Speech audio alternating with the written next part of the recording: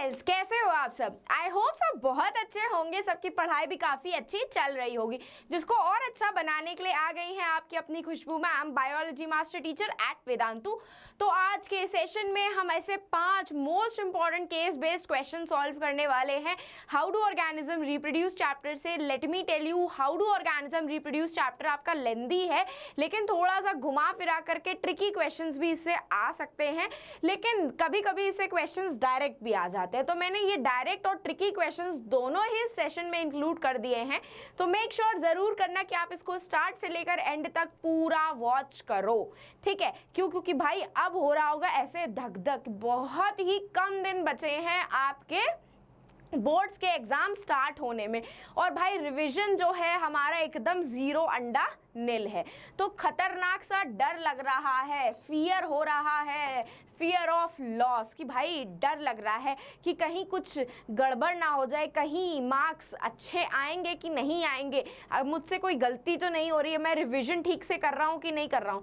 तो इन सारे प्रॉब्लम्स का सल्यूशन आपकी गुन्नू मैम के पास है। तो वो है भाई सल्यूशन का प्रॉब्लम का सल्यूशन है Drona. It is a 45 days revision crash course जो कि ऑलरेडी स्टार्ट हो चुका है आपके 3rd ऑफ जैन से। भाई ये बैच की खासियत आपको पता है? सबसे अच्छी खासियत बताएं क्या है इस बैच की, कि आपका पूरा का पूरा सिलेबस रिवाइज हो जाएगा सिंगल इसी एक बैच में। और सिर्फ एक सब्जेक्ट की बात नहीं कर रही हूँ मैं, फिजिक्स की, केमिस्ट्री की, बायो की, मैथ्स की, एसएसटी में हिस्ट्री, सिविक्स, ज्योग्राफी की और इंग्लिश, जिससे हम लोगों को खतरनाक डर लगता है। ये सारे सब्जेक्ट्स का रिवीजन आपका विद इन 45 डेज के अंदर, मतलब 15 फेब से पहले कंप्लीट हो जाएगा। 15 फेब से पहले आपका सारा का सारा सिलेबस कंप्लीट हो जाएगा हर एक सब्जेक्ट का। And let me tell you दूसरी खासियत भाई, कि ये सारे सेशंस आपके लाइव हो रहे हैं। मतलब आप अपने फेवरेट मास्टर टीचर से, गुन्नू मैम से, जानू सर से, निकिता मैम से, कुल्लू सर से, सबसे अपने इन लाइव सेशंस में डाउट्स पूछ सकते हो, अनगिनत डाउट पूछ सकते हो, जो भी आपको इस पर्टिकुलर टॉपिक में डाउट फेस करना पड़ रहा है, ठीक है? तो वो डाउट्स आपके सारे क्लियर हो रहे हैं। हम उन पर्टिकुलर सेशंस में क्विजेस प्रैक्टिस करवा रहे हैं, जो आपके प्रीवियस ईयर क्वेश्चन से ही उठाई गई क्विजेस हैं, जो मोस्ट रिपीटेड आपके क्वेश्चंस हैं, हम वो भी प्रैक्टिस करवा रहे हैं इस पर्टिकुलर बैच में। तो भाई इतने सारे खासियत के साथ मैं आपको ये चीज़ बता रही हूँ, जिससे आपका जो डर है कि रिवीजन कैसे करें, यहीं पे एंड होता है। तो अगर आपको इस बैच को ज्वाइन करना है तो इस तरीके से आपको सेशन के डिस्क्रिप्शन बॉक्स में एक लिंक दिख रहा होगा, join the Drona CBSE class 10th crash course, जिस पे अगर आप क्लिक करोगे तो एक प्यारा सा ऐसा पेज खुल करके आएगा, जिसमें आपको साफ साफ दिख रहा होगा आपके सारे के सारे मास्टर टीचर्स, साफ साफ लिखा है कि सारी ही क्लासेस लाइव होने वाली हैं, पूरा सिलेबस कवर होने वाला है, स्टडी मटेरियल की पीडीएफ भी आपको अवेलेबल रहेगी। एंड ये batch already 3rd of Jain से स्टार्ट हो चुका है। अगर आप लेट करोगे तो आपकी क्लासेस मिस हो सकती हैं। इसका जो प्राइस पॉइंट है वो रिड्यूस हो गया है, नाउ इट्स जस्ट 2500। बस 2500 रुपये में आप 8 के 8 सब्जेक्ट का रिवीजन कर सकते हो, अपने बोर्ड्स एग्ज़ाम ख़त्म होने से पहले सारे डाउट क्लियर कर सकते हो, बस सिर्फ 2500 रुपये में। इसका जो प्राइस पॉइंट है सिर्फ और सिर्फ 15 जनवरी तक वैलिड है, क्योंकि भाई लिमिटेड, बहुत सीट्स लिमिटेड हैं। अगर आपको रिवीजन करना है तो आप इस बैच को ज्वाइन कर सकते हो। और इसमें साफ साफ देखो लिखा हुआ है कि भाई क्लासेस सारी लाइव हो रही हैं, लाइव क्लास के डाउट सॉल्व हो रहे हैं, लाइव क्विजेज हो रही हैं। अगर आप इस बैच को नहीं भी ले सकते हो तो वेदांतु आपके लिए जस्ट 1000 रुपीज़ का भी एक कोर्स लेकर के आया है, जिसमें बस ये है कि जो आपके बैचेस रहेंगे, जो क्लासेस रहेंगी, वो रिकॉर्डेड रहेंगी, आप लाइव डाउट नहीं पूछ पाओगे। तो भाई इतनी सारी खासियत के साथ मैं ऑलरेडी आपको बता चुकी हूँ चीज़ें। तो let's begin our session with this, कि अगर आपको मॉक टेस्ट पेपर सॉल्व करने हैं तो 0 कॉस्ट में, 0 रुपीज़ में मॉक टेस्ट पेपर भी अवेलेबल है। लिंक सेशन के डिस्क्रिप्शन बॉक्स में अवेलेबल है, आप वहां से अवेल कर सकते हो ये सारे मॉक टेस्ट पेपर, ठीक है? चलो तो let's start up with a प्यारा सा मोटिवेशनल कोट, कि nothing is impossible in the world itself says I am possible. Exactly भाई, कुछ भी इम्पॉसिबल जैसी कोई चीज़ नहीं होती भाई, वर्ड खुद बोल रहा है कि मैं पॉसिबल हूँ, तो आप भी ये पॉसिबल कर सकते हो अगर आपको अच्छे मार्क्स लेकर के आने हैं। बस मैंने आपको ट्रिक बता दी है, वो ट्रिक फॉलो करो और भाई हाथ में ऐसे अच्छे मार्क्स होंगे आपके। चलो तो let's begin our session with a very first question, जो कि है भाई अब हम लोग क्या हैं, हम तो खतरनाक क्या है, आलसी हैं।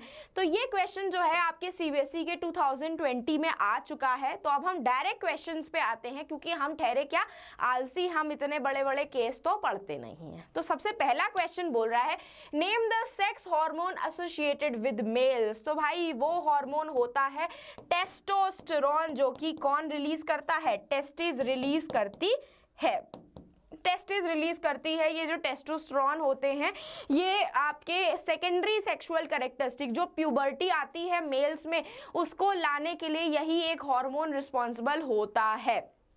ठीक है, तो which of the following statement is incorrect. भाई इसमें स्टेटमेंट तो मेंशन है नहीं, तो हम इसको क्वेश्चन को जरा कट कर देते हैं। Testis are located outside the abdominal cavity in scrotum because है, टेस्टिस जो होता है वो एक पाउच लाइक स्ट्रक्चर में प्रेजेंट होता है, जिसको हम स्क्रोटम बोलते हैं। तो ऐसा क्यों होता है, ऐसा इसलिए होता है because testis require lower temperature than our body, lower temperature than our normal body temperature. Our normal body temperature से लोअर बॉडी टेम्परेचर उनको चाहिए होता है। इसी रीजन की वजह से टेस्टिस जो होते हैं आउटसाइड लोकेटेड होते हैं एक स्क्रोटम पाउच में, क्योंकि भाई टेस्टिस जो होता है उसको 32 to 35 डिग्री का टेम्परेचर चाहिए होता है स्पर्म की फॉर्मेशन के लिए। स्पर्म की फॉर्मेशन लो टेम्परेचर पे होती है और हमारा बॉडी का टेम्परेचर 37 डिग्री होता है। तो भाई टेस्टिस को चाहिए होता है या तो 32 या तो 35 डिग्री सेल्सियस का टेम्परेचर, जो उनको बॉडी से बाहर रह करके मिलता है। इसीलिए जो टेस्टिस होती हैं वो आउटसाइड लोकेटेड होती हैं बॉडी से एक पाउच लाइक स्ट्रक्चर में, जो कि होता है स्क्रोटम। नेक्स्ट पूछा है, what is the nature of semen. Semen वो फ्लूइड होता है जो seminal vesicle, prostate gland and bulbourethral gland के फ्लूइड से मिलकर के बना होता है। ये तीनों ग्लैंड अपने अपना फ्लूइड सिक्रीट करती हैं, जिसकी वजह से सीमेन की फॉर्मेशन होती है। यही जो सीमेन होता है स्पर्म को ट्रैवल करने में, स्विम करने में हेल्प करता है, स्विम करने में हेल्प करता है और साथ साथ में उसको न्यूट्रिएंट्स भी प्रोवाइड करता है। क्या प्रोवाइड करता है सीमेन, न्यूट्रिएंट्स भी प्रोवाइड करता है। और वो स्लाइटली बेसिक होता है। स्लाइटली कैसा होता है, बेसिक नेचर होता है। एसिडिक एंड बेसिक पढ़ा है ना, तो बेसिक नेचर जो होता है वो नेचर होता है आपके सीमेन का। ठीक है, moving on to the next case based question, जो कि आपके 2018 में आ चुका है कि what should be maintain for the healthy society. Healthy society एक ऐसी सोसाइटी जिसमें हेल्थ सबकी बहुत अच्छी हो, हमें क्या करना चाहिए। एक हेल्दी सोसाइटी के लिए हमें अपने बर्थ के रेट को कंट्रोल में रखना पड़ेगा। बर्थ रेट को एंड इवन डेथ रेट को, दोनों को ही कंट्रोल में करना पड़ेगा। देखो अगर डेथ रेट आपकी कम है इट मीन्स अच्छी बात है, क्योंकि सोसाइटी अच्छे से फ्लरिश हो रही है, उसमें कोई बीमारियां नहीं है। लेकिन अगर बर्थ रेट भी ज़्यादा हो जाती है तो बहुत सारी प्रॉब्लम्स आ सकती हैं। क्यों, क्योंकि बहुत सारी पॉपुलेशन होगी, तो उसके लिए खाना अवेलेबल करवाना, मेडिसिन अवेलेबल करवाना और रहने के लिए जगह अवेलेबल कराना, ये सारी चीज़ें गवर्नमेंट को फेस करनी पड़ जाती हैं। अगर ये सारी चीज़ें टाइम टू टाइम उस इंसान को नहीं मिलेंगी तो हम पॉसिबिलिटी होती है कि उसको डिसीज़ हो सकती है। तो रेट ऑफ बर्थ और रेट ऑफ डेथ जो होता है आपकी पॉपुलेशन में, वो मेंटेन करना बहुत इंपॉर्टेंट होता है। क्यों, क्योंकि अगर डेथ रेट भी ज़्यादा है इसका मतलब क्या है, कोई ना कोई बीमारी आपकी फैली हुई है। और अगर बर्थ रेट भी बहुत ज़्यादा है तो रिसोर्सेज जो होंगे हमें अपने रहने खाने के लिए चाहिए, वो क्या हो जाएंगे, लिमिटेड हो जाएंगे। हमको टाइम टू टाइम नहीं मिल पाएगा तो वो इंसान जिंदा भी नहीं रह पाएगा।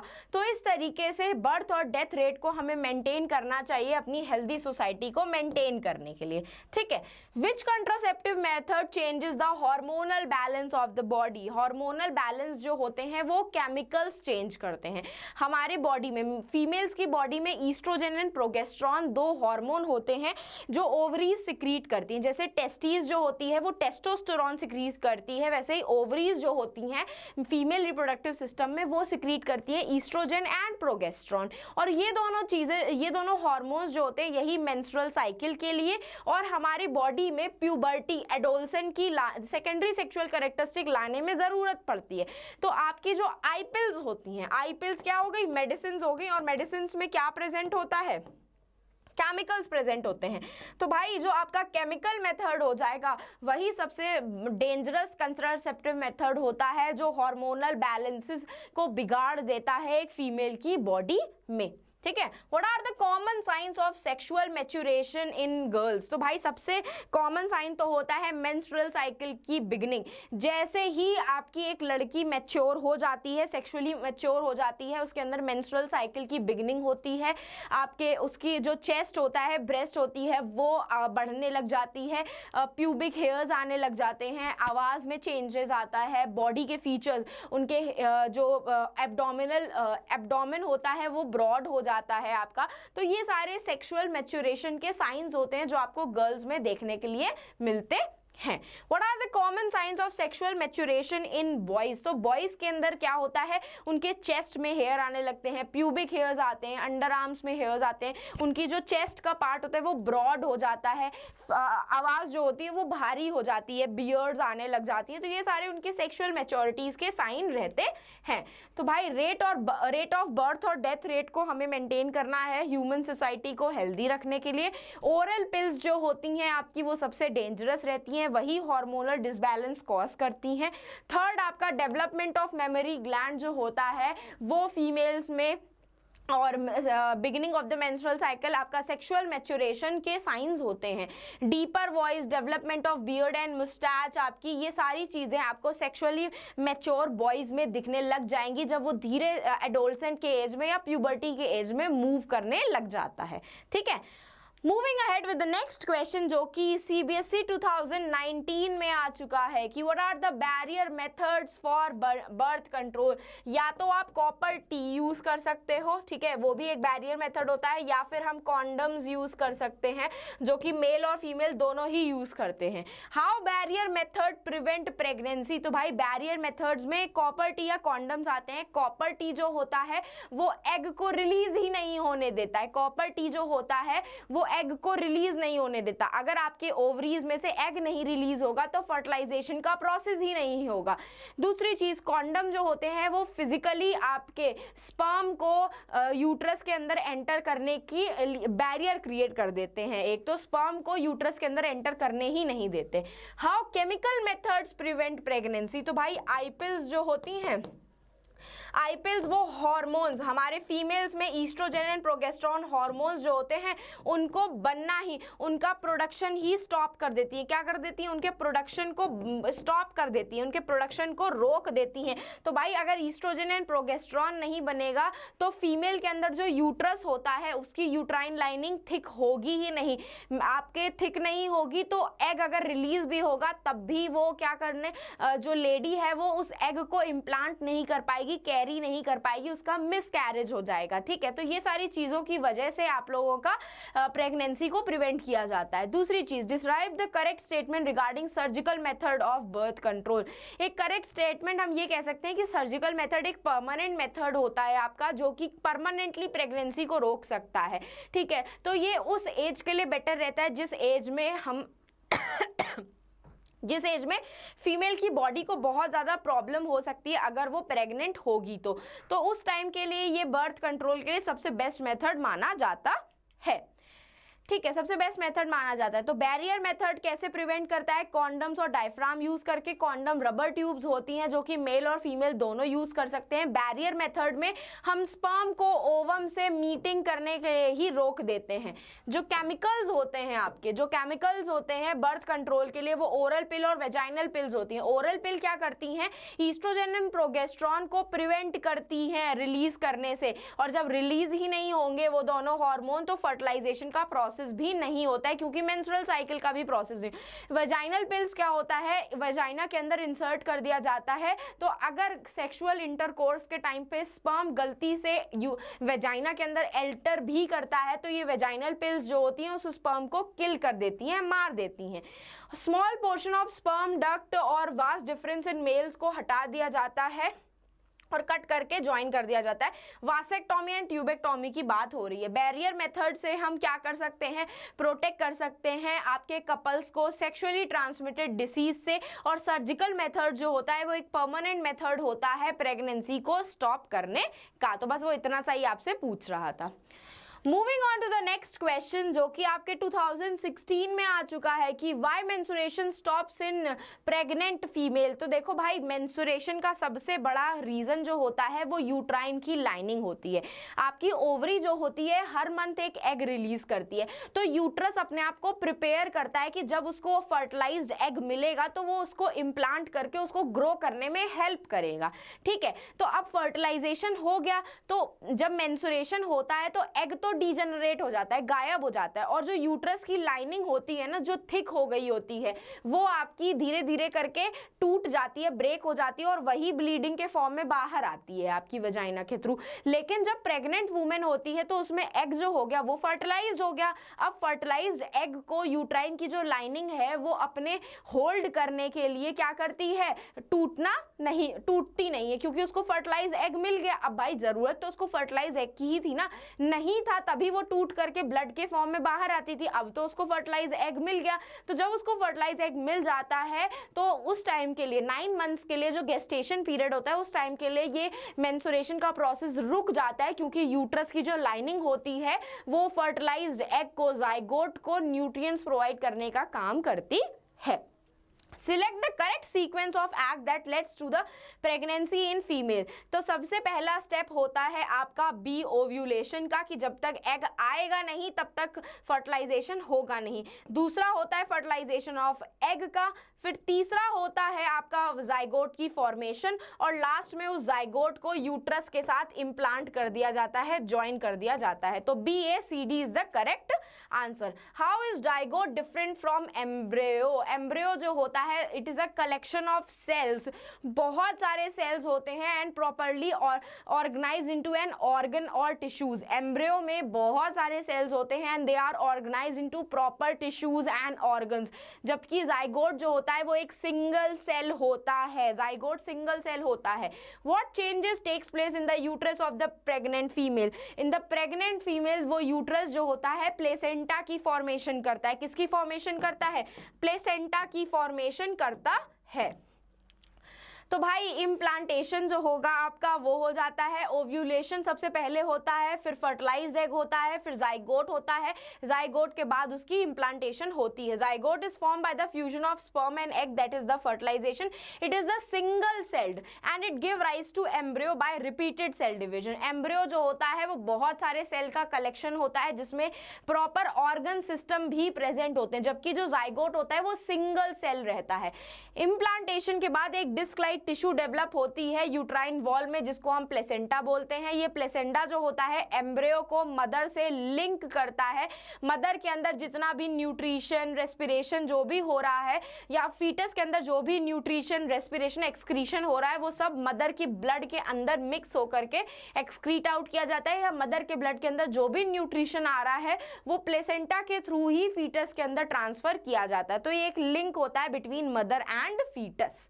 ठीक है, moving ahead with the next question, what do you think the green filament was? Rohit collected some pond water with a dark green in color in a test tube। ठीक है, एक डार्क ग्रीन कलर की उसने कोई चीज ली है test tube के अंदर। she took out शी हो गया रोहित भाई, he took out green colored mass from it and separated its filament by using needle. She broke some filaments into small fragments and put them into the petri dishes containing clean water. She observed that after a few days the small fragments give rise to the complete filament।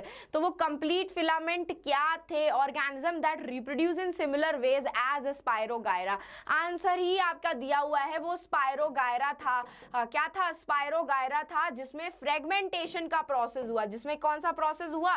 Fragmentation का process हुआ। ठीक है, fragmentation process के through spirogyra जो हुआ उसने अपने छोटे छोटे सेगमेंट से नए नए ऑर्गेनिज्म डेवलप कर दिए। ठीक है, नए नए ऑर्गेनिज्म डेवलप कर दिए। तो ऐसा ऑर्गेनिज्म आपका जो फ्रेगमेंटेशन के फॉर्म में डेवलप होता है वो होते हैं सी एनीमोन। स्पायरोगायरा जो होता है, name the small fragments give rise to new filament, what does it indicate?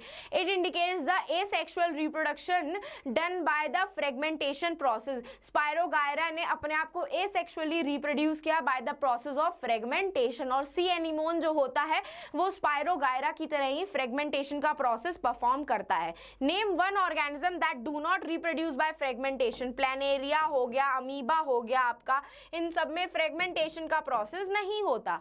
अब इसमें से करेक्ट स्टेटमेंट सिलेक्ट करना है। Only multicellular organism can undergo fragmentation, बिल्कुल गलत। मल्टीसेलर ऑर्गेनिज्म नहीं जाते, बहुत ही बेसिक ऑर्गेनिजम्स रहते हैं।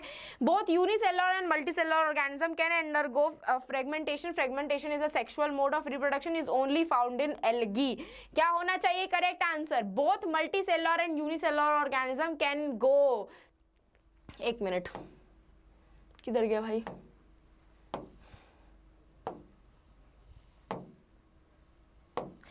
Only multicellular organism can undergo fragmentation, बिल्कुल करेक्ट भाई। सिर्फ और सिर्फ सॉरी मल्टीसेलर ऑर्गेनिज्म ही जा सकते हैं, क्योंकि यूनिसेलर ऑर्गेनिज्म उसके प्रोसेस के थ्रू डिवाइड होते हैं, फिजन प्रोसेस के थ्रू डिवाइड होते हैं, फिजन या फिर बडिंग प्रोसेस के थ्रू। वैसे तो फिजन प्रोसेस के थ्रू यूनिसेलर ऑर्गेनिज्म डिवाइड होते हैं, लेकिन सारे नहीं होते, ठीक है। और जो मल्टीसेलर ऑर्गेनिज्म होते हैं वो यूजुअली या तो फ्रेगमेंटेशन की वजह से डिवाइड हो रहे होते हैं या तो रीजनरेशन की वजह से होते हैं। तो करेक्ट आंसर उसका फर्स्ट वाला होगा। सिंगल सेल ऑर्गेनिज्म जो आपका फ्रेगमेंटेशन प्रोसेस के थ्रू नहीं डिवाइड होता वो होता है ओरेलिया या फिर प्लेनेरिया भी आप लिख सकते हो। सिंगल सेल नहीं पूछा था, सिंपल ऑर्गेनिज्म पूछा था, तो वो आप प्लेनेरिया भी लिख सकते हो क्योंकि वो रीजनरेशन प्रोसेस के थ्रू। और सिंगल सेल ऑर्गेनिज्म की बात करोगे तो आप अमीबा भी लिख सकते हो उसमें आंसर, ठीक है। So this was all about the 5 most important case based question for your boards exam। तो ये सारे क्वेश्चन जरा प्यार से अच्छे से प्रैक्टिस करके जाना। तो अब हम फिर मिलेंगे चलते चलते ऐसे ही नेक्स्ट अमेजिंग सेशन में, लेकिन जाने से पहले जरा फटाक से मैम के सेशन को लाइक कर दो, चैनल को सब्सक्राइब कर दो और अपने फ्रेंड्स के साथ इस सेशन को शेयर भी कर देना ताकि उन्हें भी ये इंपॉर्टेंट सेशन की अपडेट्स मिल जाएं। एंड मेक श्योर जरूर करना कि आप टेलीग्राम चैनल को ज्वाइन कर रहे हो, क्योंकि इसकी पीडीएफ आपको टेलीग्राम चैनल से ही मिलने वाली है। और अगर आपको मुझे पर्सनली फॉलो करना है तो आप मुझे इंस्टाग्राम पे फॉलो कर सकते हो, खुशबू-भाटिया मेरा इंस्टाग्राम का अकाउंट है।